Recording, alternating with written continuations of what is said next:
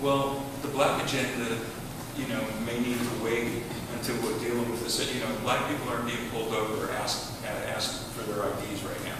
Okay, we're not being threatened with deportation. There are a lot of things that are still problematic in the African American community. There's a crisis that the Arizona situation has exposed that's different than what we've faced in the past. I'm delighted that the president is trying to address these issues, and I think through efforts like what we're presenting here, that we can use our scientific expertise to expose not only the misconceptions and fallacies that underlie so many of those policies, but why it's fundamentally wrong.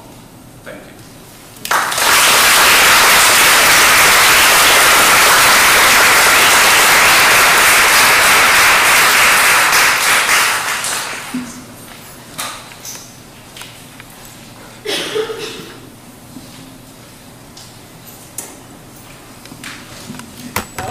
We welcome discussion and response. And any questions? So I was going to bring it up with one before the four panels right before you, but that's okay. But I was going to also bring up one of the graph that was between Spanish and the English versus African American vernacular English and standard English. So I was wondering, from learner's point of view, a learner that is from a language background that has like linguistic privilege, I guess. I don't know if I'm making sense, but like French or German versus most of other non-European languages, as including mine, which is Korean or Vietnamese, all these Southern Asian languages or indigenous Indian native. So then, like take a step up outside of the circle where people know and people are educated to know the wrong part of it. But as a learner, all you know is what you know, and you already have this, you know, like not taught, but a culturally carried on kind of assumption.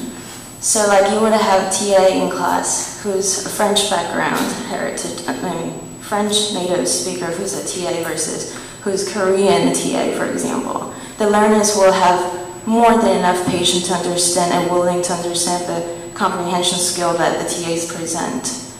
In that case, as an expertise in this conference, I'm wondering what would be like a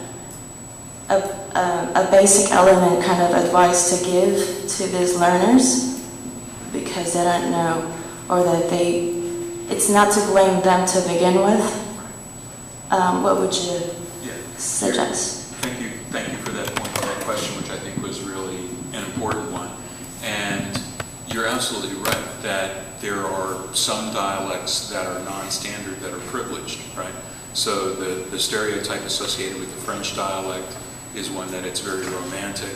And in the context of where that plays out practically in things like classrooms for tolerance for teaching assistant attitudes and things like that, what you see is a point that was made in one of the earlier presentations today, namely that very often the way that people speak is a surrogate for the relative prejudice against that group. And so when people devalue a language or devalue a dialect, it tends to be because they devalue that group. If they value the language or value that group, it tends to stay around. And so what we find, and I didn't show this particular slide, but in my other presentations that look at different attitudes, I've done some experiments where I've taken people from different dialect backgrounds who are speaking different varieties of English, in some instances French English or German English or Japanese English. And in those experiments, for the people that are in the second language categories, we intentionally produce grammatical errors, right?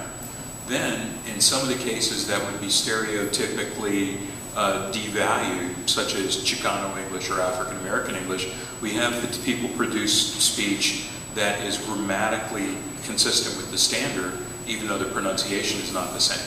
And along with what Vice Chancellor said this morning, we look at these match guys criteria, how intelligent are they, how trustworthy are they, what's their education levels, and we find, surprise, that even here in the United States, the received pronunciation of British English is perceived by most Americans as to be the most highly intelligent variety, right?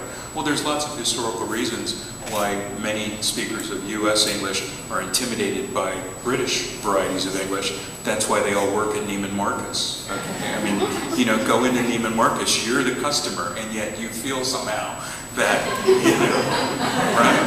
Yeah, you know. And think about this, if you've got friends from England, you know, ask them how long they've lived here and how come they don't sound like us. Most other immigrant groups try to sound like Americans, right? I got myself in trouble in 1987, right after the Berlin Wall fell, when the first President Bush decided to transform Peace Corps volunteers in North Africa to English language teachers in Hungary. And he wanted to do so through the Peace Corps. And I ended up at a conference in Budapest and got invited to a meeting where a group of British diplomats and a group of American diplomats were trying to get a contract from the Hungarian government to teach English in Hungary. This is after the wall falls, right? So unfortunately, because I was out touring all day in my blue jeans and sweatshirt, this was back when I taught at Texas, I had a Texas sweatshirt, right, when I add to the stereotype. So I show up in blue jeans and a sweatshirt to this suit and tie affair. The diplomats are all talking, and the Brits just take the approach of, well, of course, we will teach English on the continent. It's our language, it's our continent, and there should be no discussion. So got around to introducing me. They said I'm on the Center for Applied Linguistics Board. I had to advise the National Science Foundation, former president of the American Dialect Society. And I said,